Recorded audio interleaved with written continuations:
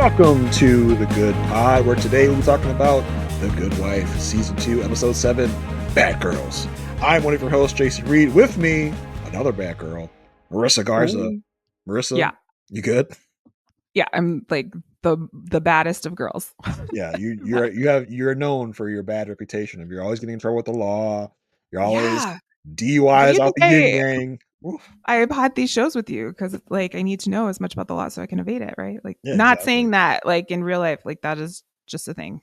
Yeah, everyone thinks they see Marissa Garza. She's this like nice nerd. If only they knew the real Marissa Garza that I know, the one always on the run from the law, from justice. Yeah, I mean we've got a lot going on this episode, Jason. But we are back with The Good Wife, Season 2, Episode 7. So how are we feeling? Feeling good. I felt like this was an episode that was kind of running on all cylinders. Like we had a lot of movement and a lot of plot lines. So very, very involved episode this week. I can't wait to break it down. All right. Anything you want to say before we break it down? Yes. In case you guys want to help out this podcast, some free and easy ways for you to do so are to wherever you're watching, listening, there's a way to rate this podcast. Whether it be Apple Podcasts, you can give us 5 stars, Spotify 5 stars, YouTube, you can always hit that thumbs up button. We're not getting enough thumbs ups on the YouTube. So if we can get that going, I'd love that. So those are just some ways you can help us out, because the more likes, the more subscribes, the more everything we get, the more they put us into more people's algorithms and the more people see and hear us. So we really, really appreciate if you guys can do that for us. Yeah, that was what you were trying to cue me to, Marissa. Yeah, that was it. Yeah, I was like, I could go now, but then if we don't, then you'll forget like the thing. So I'm any other thing that you always do every week that you want to go ahead and do, that you seem to have forgotten this week? And I was like, oh yeah, that thing I always. That's the thing. You did great. You did fantastic. I was like, oh yeah, housekeeping. Well, yeah, and we are. I mean, Elsbeth currently. Well, there might be an episode of Elsbeth for you to listen to. We release those on Saturdays in the same feed. So if you're watching that show or want to get into that show, that we do have podcasts for you there as well. It's been fun kind of watching both shows simultaneously and kind of seeing some similarities and differences between the two. It's really interesting when Elsbeth herself is on an episode of The Good Wife. But we know there are other people who are rewatching The Good Wife and they need to know about this podcast. So Jason's plug is an important one. I think that's it. Can we just go? Got anything else? Ready to dig in? All right. Dive in. Like I said, there's a lot going on this episode, so I think we're just going to we're going to go into the case first. And the easiest way to introduce that is just to say that David needs Alicia on a case. And when David needs Alicia on a case, he waits for no one. He's just like, hey, let's go. It's time. He doesn't care what else is going on. He doesn't care who's doing what. It's like, Alicia, let's go. You're with me. And we'll dive into a little bit of why David is able to do that later on in the firm politics of it all, but he just like listen to anywhere. It's like, Alicia, you're with me, let's go. This is like the third time in the Good Wife series we've seen this happen, where he just like he needs Alicia and is like, I don't care what else you got going on, you're mine. Well, and it has been stated before that the reason he can do that is because he brings in a lot of money to the firm, and I think Alicia knows that. Like, I don't think Alicia likes being used in this way at all, because usually David is using Alicia for some sort of sympathy or fame or some sort of angle that he can't achieve without her on the case at all. So she's like, okay, fine. So she goes, and she doesn't even know like what type of case this is or what's going on. But David is like the family law. David always does this though. He's always just throwing her into the deep end of like, you'll figure it out when you get in there. It's fine. Yeah. It's like, so it's a divorce and also DUI. Don't mention the bulimia. Okay, let's go on. Like, there's a whole lobby full of lawyers. Like, this is a bake-off. This is like they are choosing who's going to represent in this case. And so David gives the least amount of information he possibly can to Alicia before they go up. And David just gets down to business, like, hey, I want to draw up a trust to protect the money from, the divorced father. And Sloane walks in. Sloane, like, we can get the feeling here that Sloane is famous in some way. Like, this is a very famous family. But also, as a watcher, I think we know that she's a little famous because Sloane is played by Miranda Cosgrove, for you iCarly fans out there. Yeah, and I know way more about Miranda Cosgrove and iCarly than I should as a grown man. who had who had a daughter that was very much into the iCarly of it all when iCarly was a thing.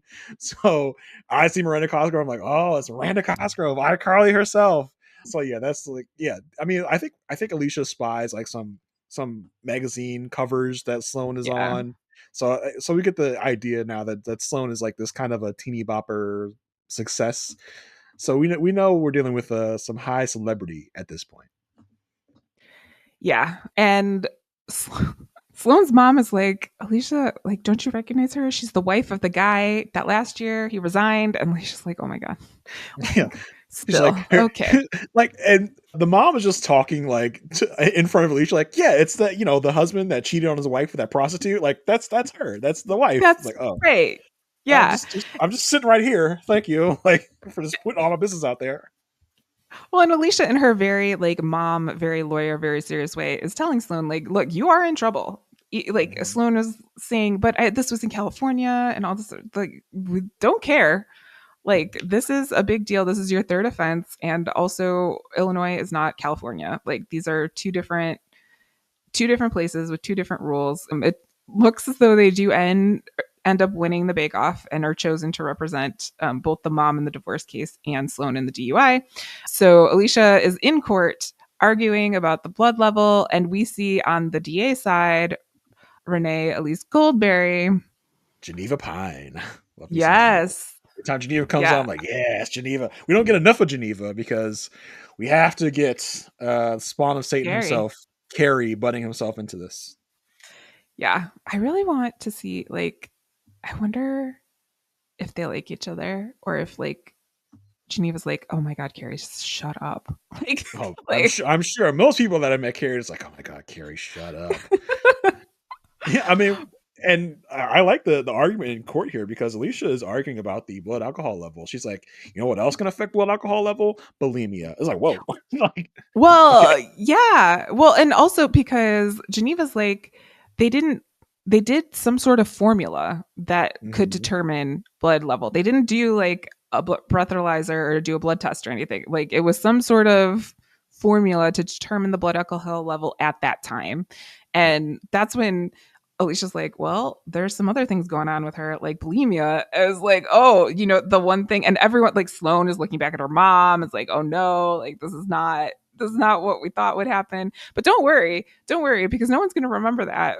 Because who walks in dramatically in dramatic fashion and interrupts the entire court proceeding? No other than one Carrie Agos, who has decided he is going to charge Sloane with attempted murder for this car accident DUI situation because Yarissa, not Marissa, but Yarissa, Yeah, Rissa. the victim in this case, was is injured, like Yeah, super a lot, like super a yeah, lot. because Sloane hit the car, but I guess at the time we didn't realize there was someone in the car, and apparently that person has been Yarissa has been very injured in this. So now it almost seems like Carrie heard that Alicia was like representing Sloane's like, how can I make this Yeah. even more dramatic? It's like, oh, that's right, there was someone in the car. Let's charge her with attempted murder so I can at the right moment insert myself into this case dramatically while Alicia is talking and charge this person with attempted murder so I can really get under Alicia's skin. Yeah.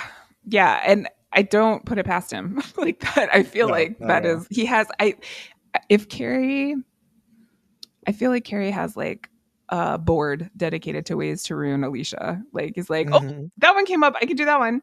Yep. Uh, so this is now a little bit of a different case.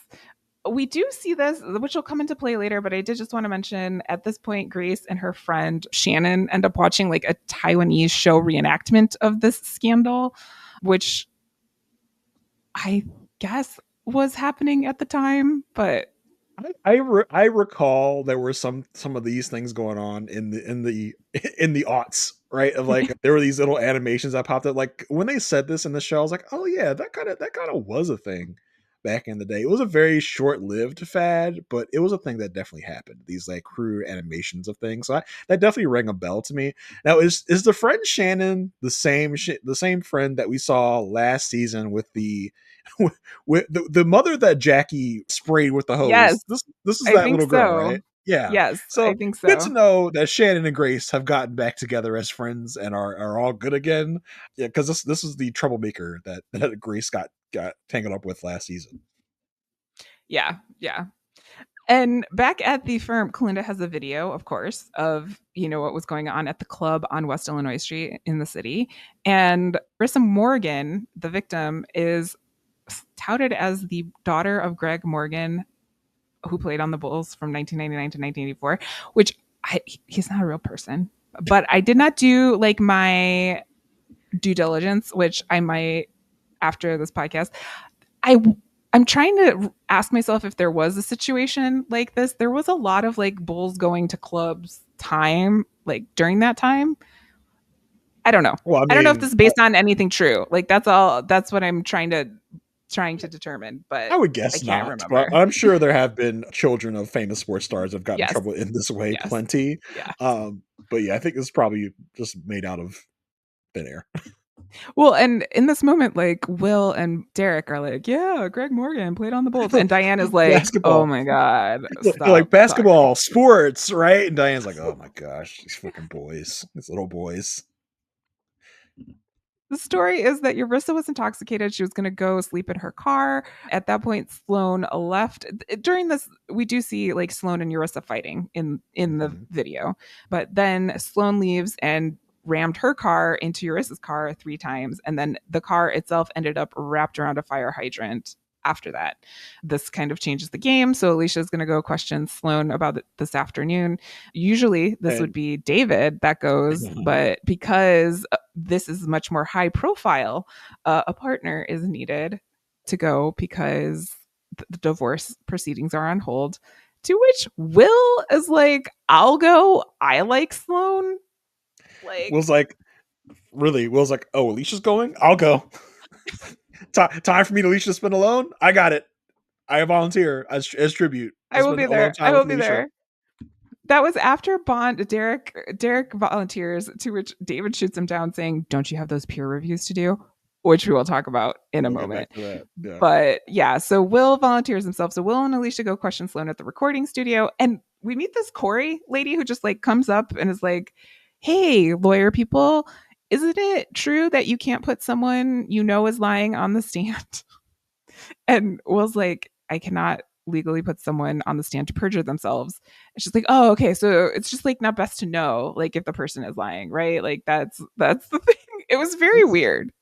It was almost as if they put this in the episode for us to later go, oh, okay, I understand Uh, why they explained to us what perjury is, like because it's going yeah. to come up later. But it's kind of a ham-fisted way to really insert that into. I think I used the word ham-fisted again after a few episodes ago, but either way, it was just kind of a weird way to insert. This is what perjury means, everyone. You're going to need to know that later in this episode.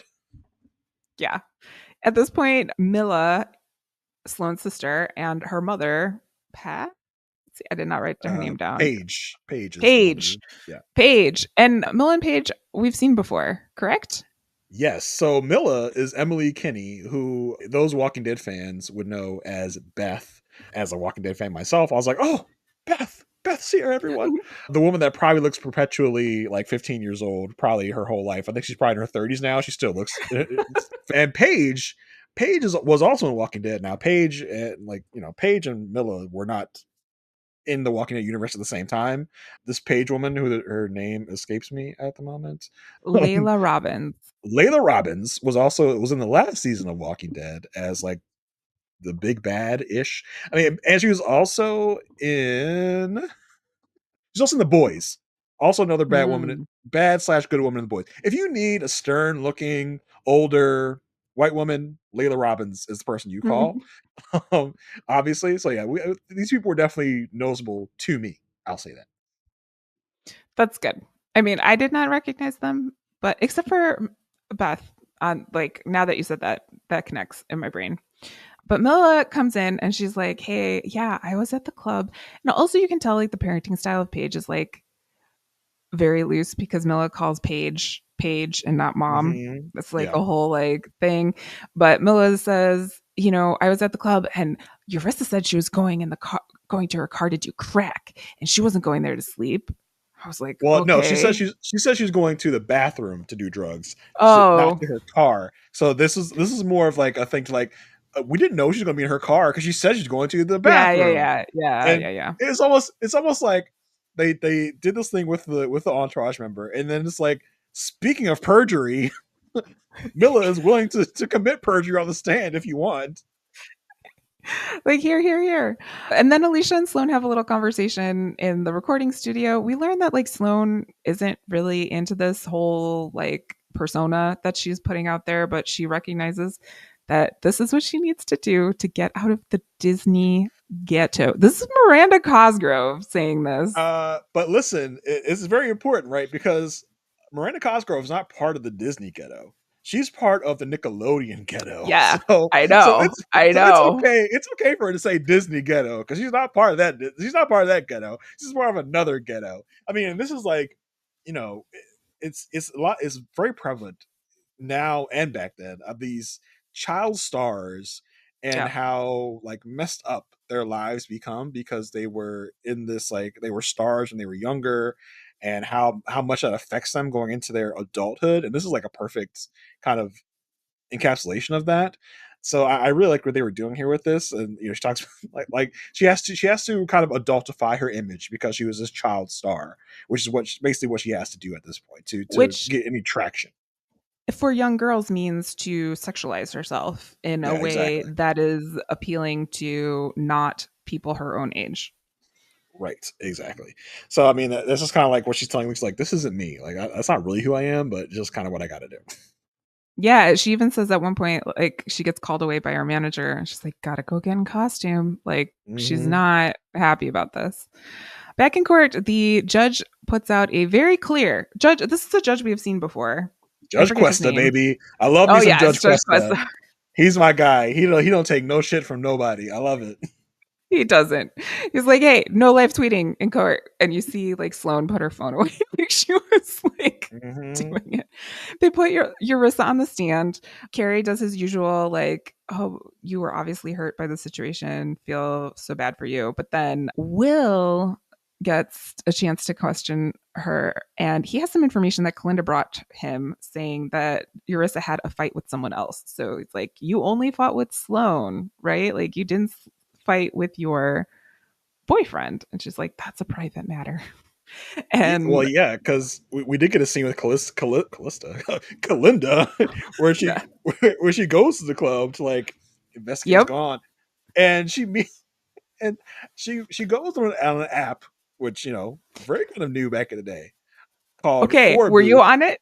No, so I mean that was really called like Foursquare, right? That was the thing Correct. they're Yes, duping. correct. I was a big Foursquare person. I And I I don't doubt it for a second, Marissa, that you were a big Foursquare person. You were probably the mayor of every library, of every like whatever that you were in. I have no doubt that you were a Foursquare girly. But this is a dupe of Foursquare for the TV show called yes, Four Booth. yes. And the guy's like the mayor of the club is like, hey, I was here that whole time.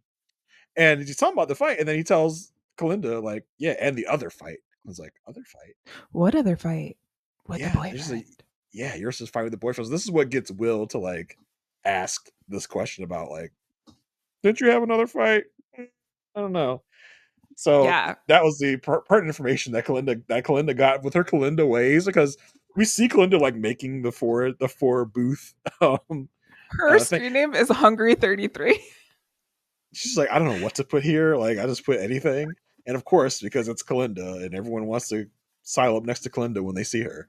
So what were some of your mayor what were you mayor It's of, really lame. Marissa? It's Yeah, like I know it really, is. It's really gotta be. lame. One was like work, Oh, you were the which I mayor don't. of work. Yeah, I was the mayor of work. My sister and I would fight about being mayor of our parents' house. We would, I was also, I think I was mayor of a beer place. That one's cool. Oh, Yeah, I hey. remember. Yeah, I know. I remember that because I would go there for trivia all the time. And then Oh, it was damn it, also, Marissa. I thought you were partying. Now you're gonna tell me about trivia. Damn it, you almost had a cool point and then you lost I, it. I was drinking, but Uh I don't now, but I was. Stop. You're getting negative cool points now, Marissa. Stop while you're But behind. the cool thing was is like when you were mayor at certain places, you would get discounts on things. So it was like it was important. And so I was determined to be mayor of that bar called Big B's Poorhouse, which unfortunately no longer exists, RIP. But it was a good place for trivia. Oh man. Stop saying the word trivia. You keep getting negative. Do you You want to keep getting negative do points. Good Wife trivia? Oh, we would kill a Good Wife trivia up till See? episode 7 of season 2. At the end, As, we'll do a as we trivia. have observed, we have forgotten a lot of stuff that's taken A place in the lot. Good Wife, and then we're like, oh my god, that happened. So like up until episode 7 of season 2, we would kill it. If that's all the trivia is about, we would murder Yeah. anyone else. Yeah. But But yeah, that was a moment in time. yeah. Again, Foursquare is like puts you in a specific moment in time because that was a thing like for like a few years before the big app boom came out and just started taking over. Yeah. Well, and we weren't as concerned about posting our locations publicly on the internet.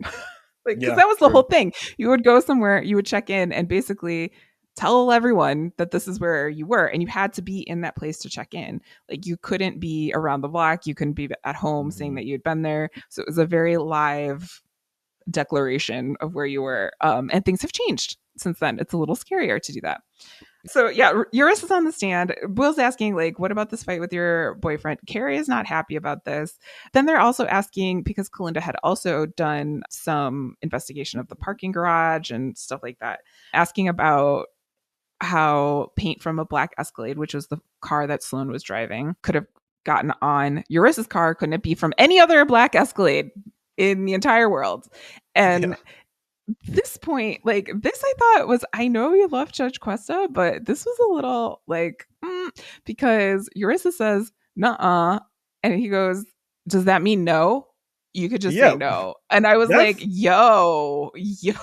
no, that fits in with the Cuesta like very he's the dad, right? Like Yeah, he's but like, yeah, I guess he does it to both her, yeah, Eurissa he and does to everyone. Yeah, because someone he else does it later. to I Yeah. think Corey later Yeah. on or Yeah. Yeah. Yeah. whatever. That's He's true. like, yeah, does not mean no? Like, can you speak in like proper English, please? And Will also brings up there were like bumps and scratches on the car before because he has a valet ticket. And this Eurus is like Yeah, stumped. She's like, yeah. okay. It shows there was damage to the car already, so it's Yeah. just like that. It could have been any black It could have Escalade been out in the right. that was there at that club that day because we know that black Escalades are like the car of choice of young rich teens back in 2010. That was the car to have. So it could have been anyone. It could have been any black Escalade. Really kind of almost grasping at straws. I'm just like it didn't necessarily have to be Anybody. Sloane's car. Yeah, it could be anyone. Yeah. Will returns to the defense and Sloane tells Will, you're the man. And he's like, I am the man. This is like very well. Like he's like, don't worry, I'm already telling myself that before I even sat down. But yes, thank you. And again, like this is for grasping at straws type of demonstration. Like Yeah. it's not like when he did his Chicago defense move. That was a you're the man type of That thing. was a you're the like, man moment. He's like, yeah. didn't this, like it could have been anyone. Like could have been that man or that man. It could have been anyone. It's like he could have been the lawyer from a recent episode of Elsbeth in the situation. And Yeah. he's still telling himself he's the man. Carrie brings Corey, the person we were introduced to in the recording studio, on the stand and asks, basically for her account of the situation. And Alicia wants to get the credibility of Corey under question. So she asks, how much do you weigh? And how old are you? And she says she's 22 when she's 28 and she weighs 110 when she's weighing 122. And she's asked numerous times, like, you are on the stand. You understand you are under oath. You understand you could be perjuring yourself. And she says, the DMV is so messed up. This was just utterly genius. I freaking loved it. Like Alicia's like, so we're gonna prove that you don't lie, right? Like you're not a liar. So we want to make sure that you're not lying up here. Let me So help you. let's get some baseline facts right. It's almost like getting the baseline for a lie detector. So we're just gonna ask you some like facts we know are true, right? Like, so what's your age? And Corey literally like she like glitches on the stand. She's like, "What? What do you mean my age?" It's like Like, your what are you age, like asking? Yeah. easily verifiable fact. What's your age? Corey's like, 22. It's like, nope. Driver license says 28. So basically, we know you're a liar. So Yeah. whatever you Yeah. say cannot be taken seriously here. And I love that Alicia's like using her like this woman's vanity of like, I cannot be, I have to be seen as a 22-year-old, not a 28-year-old. It just turns around and used it against her. This is a great tactic and a great move. Yeah. And even like Carrie is like, oh God. like, Carrie's like, oh. Carrie knows what's happening. He's like, please don't lie. Don't say it. Say the truth. Say the truth. Say the truth. And she lies. She's like, he's like, oh my God, no. And that's She what you fell get, for Corey. it. That's Yeah. what you get. Because you're supposed to be part of, of this entourage of Sloane. How dare you turn your back on Sloane? I wonder what Carrie had to Yeah. offer her to turn her back on Sloane like that. To really just kind Yeah. of look a gift horse in the mouth of like, she was probably getting some perks from being Sloane's entourage. Yeah. Meanwhile, Grace and Shannon have decided to come to court in a very, very odd way. Like Shannon just lives right by here. So obviously it was like on the way home. Like we had to stop here. And it's like, you And don't Shannon's just like, show up here. that's not what The we se- do. You've this never is done what we that. this is what we do because Zach did it a few episodes ago. Like this is exactly what we do. We just pop up in court just on our own. It's like we don't do this like Zach. I'm surprised that Grayson wasn't like Zach did it, so why can't I do it? It's like okay, like this is the second out of two kids to do this. Yeah. Yeah. I mean, they probably could like run that place with the way that their parents have been all over the court. You know what I mean? Like, Yeah. but at the same time, it's not appropriate for her to be here. But Shannon really, really wants to meet Sloane. So Sloane and Grace have nice little, oh, hi, how are you? Oh, I love your music, blah, blah, blah. Shannon goes right in for, do you believe that Jesus is Lord? Oh my gosh. So To it which Alicia is like, bye. pamphlets. And she's trying to give Sloane pamphlets about Jesus Yes. Christ as our Lord and Savior. It's like, oh my God, could this go any worse? And I didn't know that Shannon was this type of person. I don't think we've ever had that Well, indication before. she had mentioned that she found out about the Taiwanese scandal videos at prayer group. Oh, yeah, I guess so. And I was like, first of all, that's weird, but also that's weird. Like, what are you doing at prayer group looking at Taiwanese scandal videos? You know? Right. Like, what's up with that? Exactly. Other surprising fact out of this, Grace is in middle school. Like, She's a 14-year-old in middle school. I was like, does that fit? I have a 15-year-old. This is a sophomore in high school. So I'm like, she should be a like freshman, I would she assume. I'm hoping this is like end of like second semester, 8th grade. Like, Maybe, I yeah, can't, it's possible. I'm just like, does that fit? I don't know. I don't know. It was just weird. Turns out that during this entire conversation, it is found out that Sloane had tweeted about Corey while on the stand. I'm not gonna say what it was about. I don't know why we had to bring like if people were wearing underwear or not into this conversation. Big topic in this episode for some reason. Like, I'm sure it has to do with like something that was going on pop culturally, like somebody else had happened, but I can't remember what that was. But because of this, because she broke the rules, Quest is like, bail has been revoked. You are This, going to jail.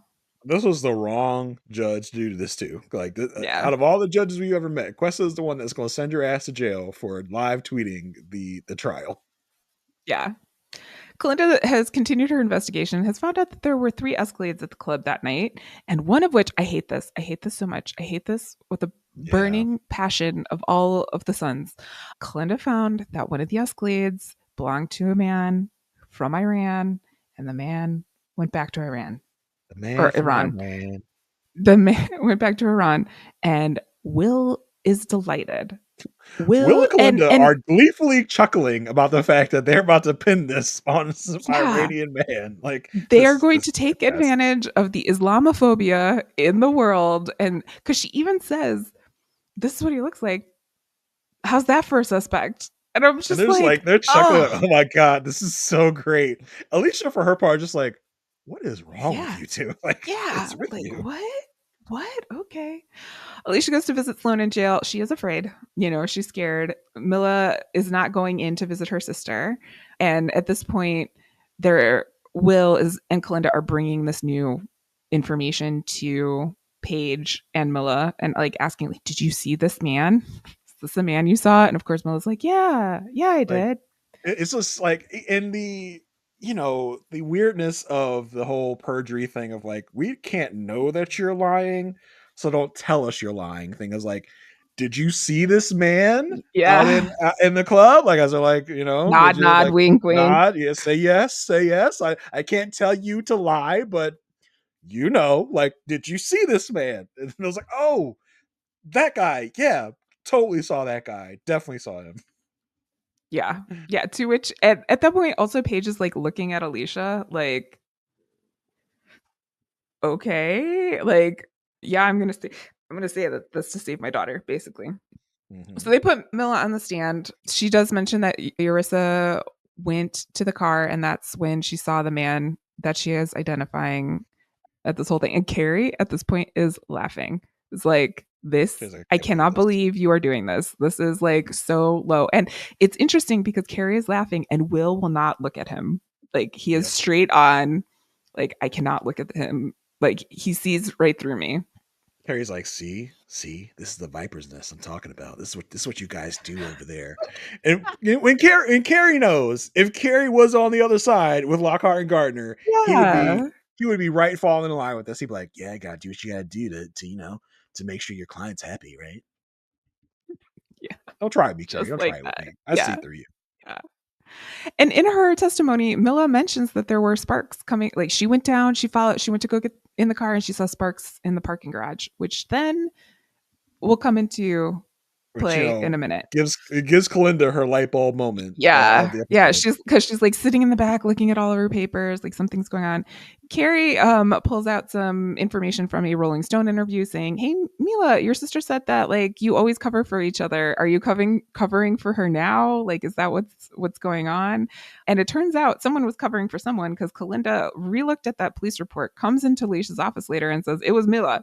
Like Mila did it because the injuries on Sloane's body were on the passenger side are consistent with what someone who'd be sitting on the passenger side. Mila was the one who did this, and police never mentioned sparks, but Mila did on the stand, so she was there. And there were only 2 calls made from Mila's phone at the time of the accident. They were both told to her mother. Telling her, get the heck out of there. Yeah. Yeah. So they go tell this to Sloane, and Sloane's like, I don't want to do anything yet. Mila could get 2 years. Like, she's not strong enough to be in here. Alicia's like, no, I think you really want to think about this. She's like, she won't survive in here. And then there's this interesting interaction between Kalinda and Alicia where Alicia asks Kalinda, you'd let your sister go to jail? And she's like, yeah, if she did something wrong. And it's just this interesting thing between the two of them. Yeah, I guess. Well, also, I'm just like, yeah. I mean, why would you not? I mean, especially if I'm going to go to jail and take the fall for you. Sure, why not? I mean, I Yeah. guess, Yeah. I get it. Like, it's my sister, but I'm like, but my sister broke the law. And like, especially if I'm going to go down for it, it'd be a different thing. If my sister broke the law and like all I had to do was not snitch, that'd be one thing. But if I'm going to jail for something you did, I don't know. Yeah, but like, so I was so confused because Kalinda was like, "Yeah," and and Alicia's Alicia Cool's was like, like, yeah, "Nuh." yeah, And so this, I don't know what this is like if this is foreshadowing anything, or if we'll see something like some sort of values clash again in the future. But it could was be. just interesting. Yes. So then it turns out Mella's going to confess. She confesses. They switch spots in jail, basically, and Alicia gives Paula, no, not Paula, Paige, Cage. gives Paige the like mom stare from Mm-hmm. across the hallway. And when Sloane comes out, she doesn't even acknowledge her mom. She just like walks by. Yeah, so I And guess that, Mila took the fall herself. I guess is yeah, what I'm surmised from that. And yeah, yeah, and Sloane comes out just looks her mom up and down, just like walks by, it's like, oh snap. And I mean, it's interesting because you would think that if Sloane is the golden goose of the family, right? Like we are where we are because of Sloane, but Paige was willing to let Sloane go down for something Mila did. Like, you would think Yeah, in some yeah, spots he'd be like, yeah, Mila did this. Like, let's get our money making child back, and we'll give you the other one that doesn't make money. I don't know, but yeah, I like that we didn't have to have Sloane make the tough choice on whether to write out her sister or not. Her sister did it for her.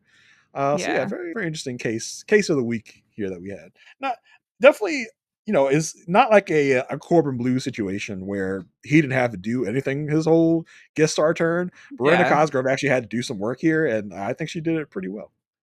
yeah. I mean, yeah.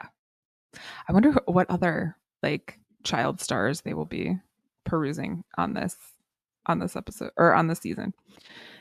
Anyway, there were some other things going on. We touched on it briefly. The firm is, of course, we can only have like peace in the firm for like an episode or two Right? before Yeah. things start going Before wacky the and wonky turmoil again. starts. Yeah. So Derek, when he arrived on the scene, of course, came with like this new management style, the iPads, everything. And part of it was peer reviews for performance review, which I am all for a 360 review. Okay. Like I want to know from myself, but I do not want those comments determining my pay, which Yeah, is totally. the situation that we have going on here at Lockhart Gardner Bond. And Bond is giving Alicia her review at the beginning of this episode and basically saying like, I need you to take this seriously. Like, this is important. This is when David had come in to like snatch her from that conversation and say like, Yeah. you gotta go. I'm not taking this seriously at all. But Alicia's like super worried because at one point she does ask David, like, can you just tell Derek like how good I'm doing? I would appreciate it. He was like, that guy, I don't talk to that guy, so I won't be doing that for you. But I thought it was interesting because the peer review that we get, right, says your peers think you are professional and diligent, but a little standoffish, and you keep leisurely hours. Like, I mean, you mean hours for like a mom like that has two Yeah. kids she got to take care of? Yeah. I mean, this goes back again to what we heard from like when Diane and Will were trying to make the decision, right, between Right. Carrie and Alicia. Like, hey, like Carrie is here morning, noon, and night working, and you Right. got to you got to go home and take care of your kids. So I think that's kind of where that comes from, and to hear people say she is also like standoffish, like I can kind of get that because a lot of the like I would assume that a lot of the second year associates are younger people, right, and maybe not don't really jibe with what Alicia brings as a full grown full adult grown woman. So I can kind of see where that kind of vibe is from. Yeah, and I don't think Alicia does herself any favor. Like because she's a mom, it's not like this is her fault, but because she's a mom and her husband is also running for office, she doesn't have a lot of time like in the office to water Yeah. cooler chat to be like, "Hey, did you see the latest episode of blah blah blah?" Like she's not really like making any friends. Her people are Kalinda, Will, and Diane. Like Yeah, that and is she it.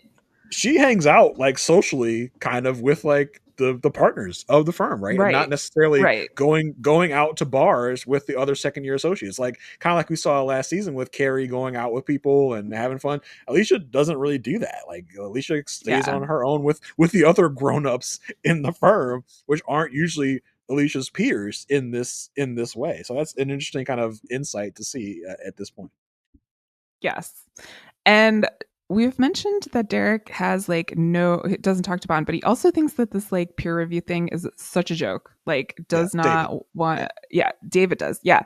And then David also is like not having his entire department do this. And Derek finds out about this and is like, this is not great, brings it to Will. Will's like, I don't think it's that big of a deal. Like, Diane, what do you think?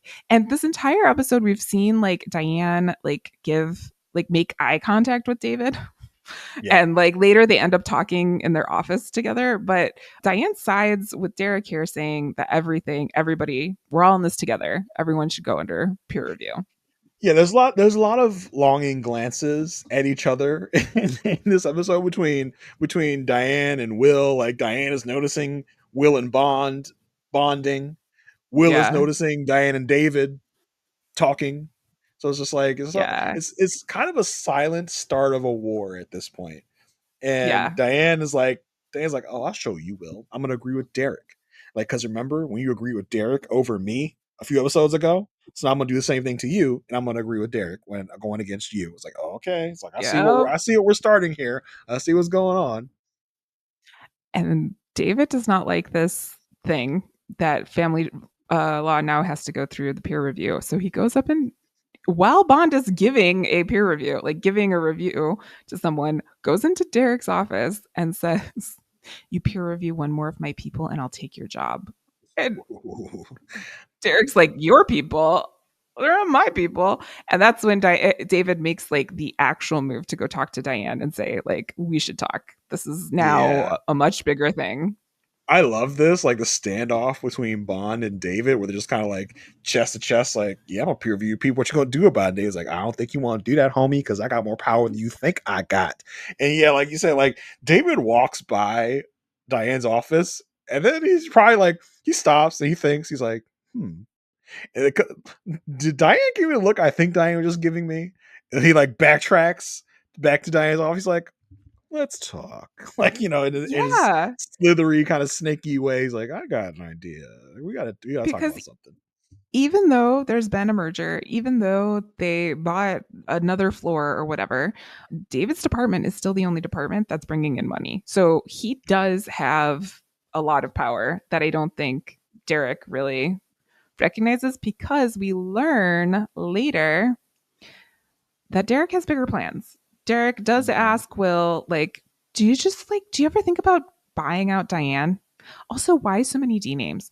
Does And David Derrick. Yeah, so many.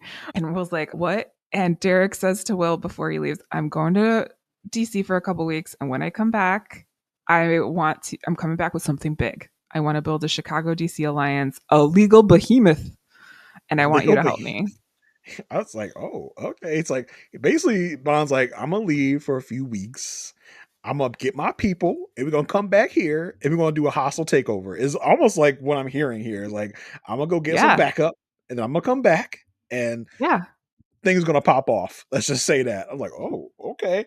I just wondered also like what's going on in Michael Ealy's life. Is Michael Ealy about to get a show? Oh, He's like probably. he's like, I'll be gone for a few weeks. So the show, I'm not gonna be here on the show because I got We other can't put things him to in a do. coma. Like, Yeah. Like I got a movie to do or I'm starting up a new show, so I'm not gonna be on the Good Wife for a minute. So I gotta find a reason to be gone. It's like I'm gonna go get my people, and when I come back, you better back me up because some stuff's gonna go down. Like I can't tell you what yet, but it's gonna go down. Like, oh. mainly because I don't know, because it hasn't been written yet. But when I come back, it's gonna happen. It's gonna go down.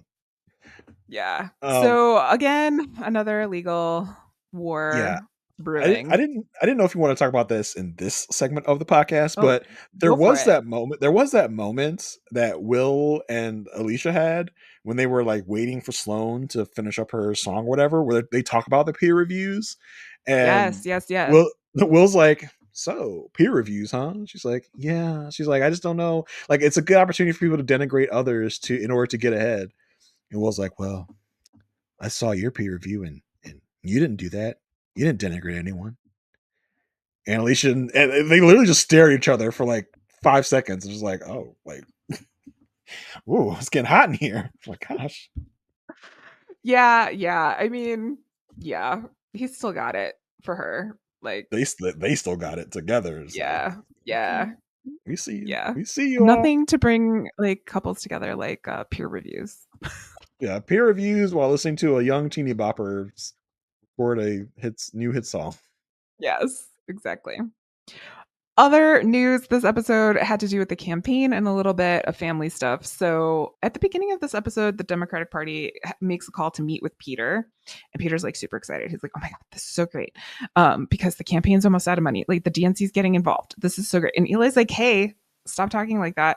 But when he goes to meet with the DNC, I do want to mention that they did mention Rahm Mm-hmm. Emanuel, and I was like, okay. I think What? he's like mayor around this time Yeah, what was or going was on in this making a moment? move.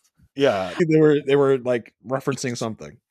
Well, he was Obama's chief of staff for a while as well. And so I Mm-hmm. wonder if this is like when he was promoted to that. Okay, yeah. He's like, Rom's gonna Rom. Like Rom, right? Like, yeah, right, Rom. Right? Rom. Oh. So as a surprise to Peter, though, the DNC is asking Peter to drop out of the race because having 3 people in the race is too messy. They're going to throw their money behind Childs because he's the incumbent. He has the power of the office. Like, he has more of a chance to win. And if you drop out, Peter, you can become head of the DNC in 6 months. And this is something that he thinks about for like 2 seconds, brings it to Alicia. It's like, I get paid $400,000 and you wouldn't have to work. Again, Peter, you do not listen to your wife. You Like have no you don't get it, concept. bro. You don't get it, bro. You don't get it. She wants to work. This is what she wants to Yes. do. Oh, Yes. brother. But going back to the scene in the DNC's office of like they're like, so you're gonna go off the sidelines, right? Like you're gonna help us out, right? And they're like, yeah, kinda. In a way. Yeah. We're getting off the sidelines, just not for you. And just like Wendy Scott-Carr going for the black vote. Glenn Childs is the incumbent. You and Childs are going to split the white vote. Wendy Scott-Carr is getting the black vote. And guess what that means? The blacks win. We don't want that, do we? Like, that's basically what he was saying. He's like, Yeah. and he's like, we don't want Wendy Scott-Carr to win. We don't want her to jump the line. It's like, oh my, like this is some Yeah, because bold we have talk. to exhaust all white men who want that job before we even get to anyone else, let alone a black woman, Jason. Let alone a black woman. Couldn't have that. I mean, I don't know. Like, is that relatable to anything that's happening that has happened recently in any of our lives? Scratching my head, can't think of anything. Yeah, no one would accuse someone of skipping the line in a political race. Like, that would be outrageous. Yeah. Anyway, but yeah, I just thought that was a hilarious scene. It was just like Peter and Eli are going like as Peter and Eli like to do. They think things are going their way. They're like strutting inside the office, like, yeah, let's go, let's do this thing. You're like, yeah, not quite. Actually, this is something bad for you. It's like, oh, yeah, crap. not so But fast. like Not he so was like, fast. he's like, and the guy was like, if you're a good soldier in like 6 months, you can have my job. And Peter does stop thinking. He was like, it's not a bad offer, actually. It's not. I mean, because he's like, I wouldn't have to work. You wouldn't have to work, Alicia. And Alicia's like, well, what do you want to do? I don't want to quit. Well, then don't quit. Like, it's like so simple. Like, and he's like, oh, thank you so much, babe. Like, oh my God, I love you so much. And she's like, yeah, bye. I gotta go. But I mean, an interesting interaction between them, right? Because Alicia like gives him a little peck, right? And she starts walking off. He like grabs her. He's like, "Oh, your support means everything to me." He tries to give her a real kiss, and she pats him on the chest. She's like, "Okay, that's more than enough of that. Like, you don't need any more of that. Bye." Again, it's kind of like a little check-in, right? Of like, what's the romantic life like for Peter and Alicia? Because we haven't really dove in on that. Something tells me we're still sleeping in separate bedrooms because Peter's still trying to do things. She's like, there. Like, let's calm down with that. Let's not.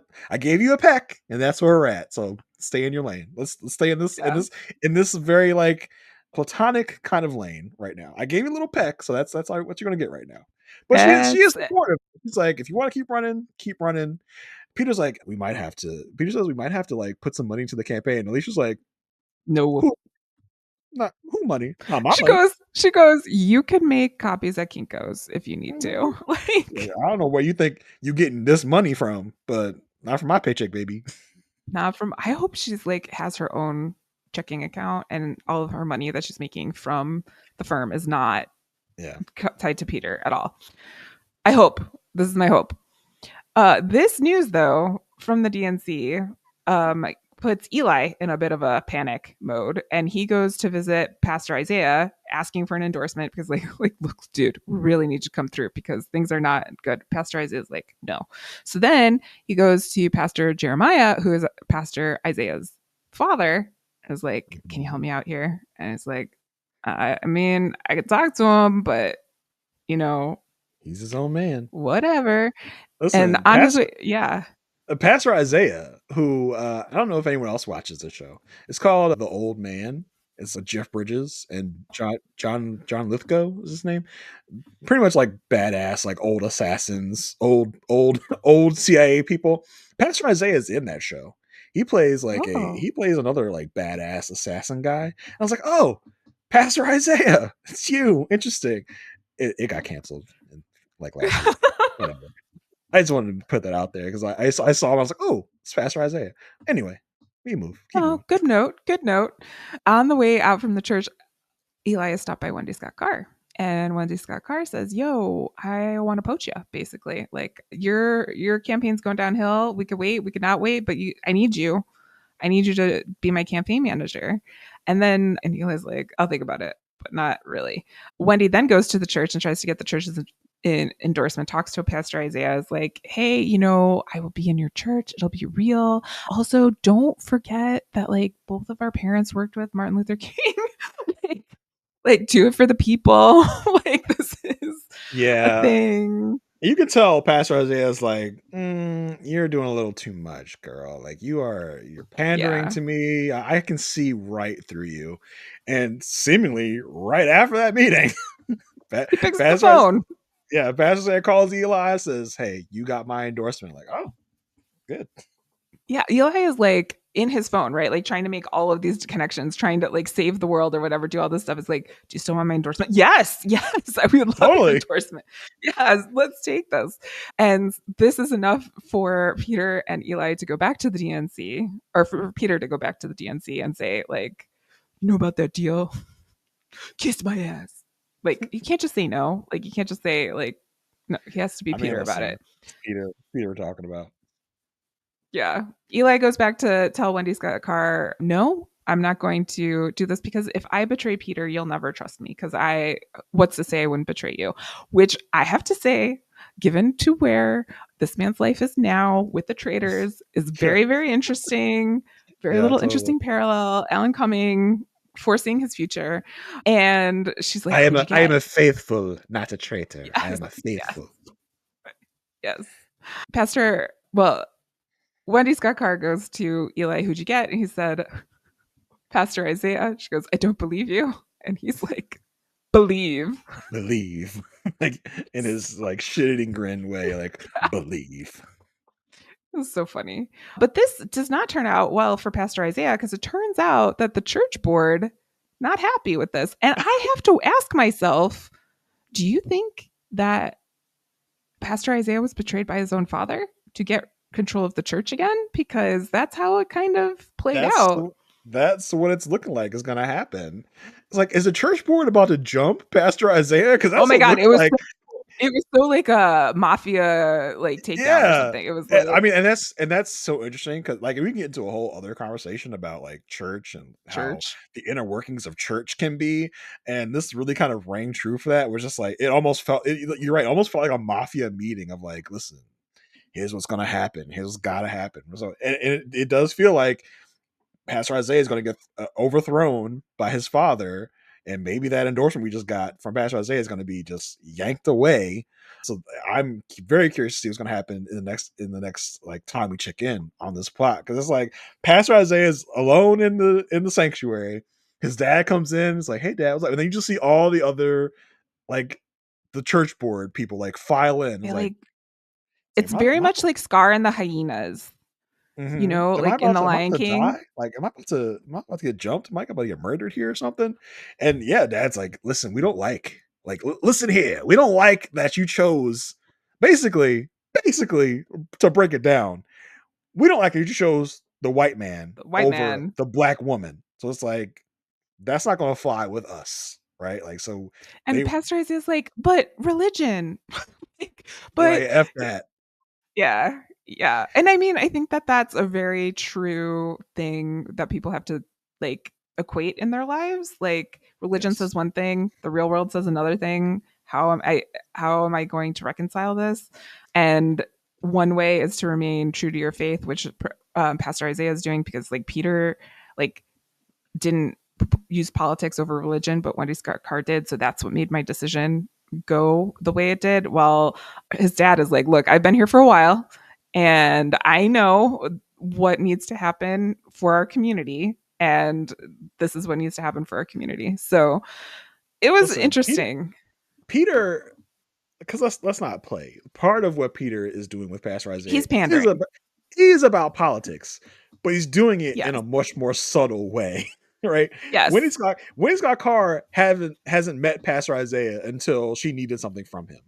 So it's just like, Right. okay, we see what you're doing, and so Peter's doing the same thing. He's just doing it better, But now it seems like, the elder Isaiah is like, yeah, like, I know what you like, this white man and everything, and I was all fine with you counseling this white man. But now that we have the opportunity to back, one of our sisters, basically, like, Yeah. that has to be the choice that's Don't made mess with here. that. And yeah, Yeah. and at the end of it, Pastor Jay is like, so what do they want? What does the board want? And Dad's like, son, they want me. So it's like, oh, Pastor Isaiah is regaining control of his flock, and I guess that endorsement is probably gonna go poof up in smoke. Yeah, it's not looking good. I do have to say, my brain is so broken that when you said that Pastor Isaiah was in the sanctuary, I said where good things happen from Survivor in my head. From My Survivor. brain is that broken. One one other little note, I think, on this episode, there was a lot of grace A lot in of this grace episode. episode. We had her looking up scandals on Taiwanese websites. We had her basically like trying to be a little sassy with her mom, calling her mom Alicia at one point, and Alicia was like, Ooh. no, I'm No, we mom. don't do that. We don't do That that here. that's not what I don't know where you happens. think that happens, but it don't happen here, baby.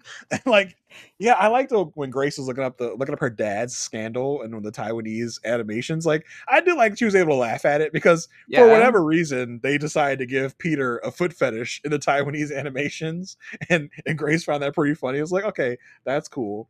And then in the scene where like Grace is talking about the trial, she's like, and again, this is where it's brought up. Like, I heard that Sloane didn't wear panties to the trial the other day. Like, that's what Perez Hilton says. It's Yeah. like, oh my god, Perez Hilton. Like, that was another moment in time. Oh my Uh, gosh, that was, and that, but then Perez is also mentioned, like referred by the adults, like stop listening to Paris Hilton's tweets. I thought they said Perez Hilton. Did Was it they? Did Perez? they say both? I I thought thought I heard it flipped, which I thought would just be funny because either way. And like, I liked how like Grace is like, yeah, I heard she didn't wear panties. And then the next scene we get is in the courtroom, and Alicia's like looking down at Sloane's like lap. She's like just wondering in her like, is she wearing panties right now? Like, it's so funny how they were able to incept that into Alicia's mind. And then yeah, you're right. When Grace is like, okay, Alicia, and Alicia's like, let's stop this train right here. I am mom. I am not Alicia to you. I was like, yes, Alicia, lay down the law. Do it, girl. yeah, because she So yeah, had that seen like Mila call her mom. I forgot Paige. already. Boy, you were Paige. I having don't know trouble why. with I Paige really today. want to call her Pam for some reason. Paige. but Yeah, like but I did calling her like a mom little Paige. zinger by Zach. Zach's only real moment of the show. He's like, yeah, maybe you should put her computer in the living room. Like, Yeah. basically like you did mine. It's like, wow. Yeah, it was good. And we also learned that Grace wants to be a lawyer and is inspired by her mom, which makes Alicia feel good, but I'm assuming also a little worried. But also, like, Grace asks her mom, I'm going to have to go to a good school like Harvard or Yale to be a lawyer. She's like, to be a lawyer? Yeah. I just want to say you can be a lawyer without going to a Ivy League school. Yeah, Like, you very can still true. be, and especially in the city of Chicago, you could go to like Northwestern, you could go, there's like so many places you could go. You could go to the University of Chicago, you could go to Loyola. Like, there's many places that you could go and still be a lawyer. You do not need to go to an Ivy League. But Alicia's like, yeah, you're gonna have Yeah, to. that's Yeah, it. Those are the only places you can that's go. it. Boy. But yeah, so Yeah, that was heavy our Grace. episode. Yeah, heavy Grace Yeah. episode, which I'm like, she wasn't as insufferable this episode, so I'll give her a pass on this. I think Zach is probably the more insufferable Oh of my the God. two. I didn't Yes, really give us agree. a lot of Zach, thankfully. But yeah, a lot of moving parts this episode. A lot of cogs going, a lot of subplots. So I hope you all stood in there with us because a lot of things kind of intersected with each other. We Yeah. worked it out as best we could. But yeah, that's our result for the week. Marissa, Yeah. you want to tell the good people where they can find you, what you're up to, all that Sure, good stuff. sure. Yeah. You can always find me at It's Me Marissa G on Instagram, Threads, and Blue Sky Ski. I'm sure I'm up to something. And if I am, it'll be there. Yeah. Yeah. You can also find me on the Blue Ski at JR33D. You can find me there, see what I'm up to. I'm not a big social media user at this point, so I probably won't be like saying a lot of stuff. But if I have anything to Oh. say, I'll say it there. You're gonna find me on the podcasting tip on the Love at First Sight feed over on the Rob Has Podcast Network, where me and Asia Welch are talking about the show Married at First Sight. If that is your thing, We would love to have you. It's our podcast called A Perfect Match. You don't even need to watch the show to follow along with the podcast, so I've heard. So come and join me there, having a lot of fun. But until next time, folks, stay good.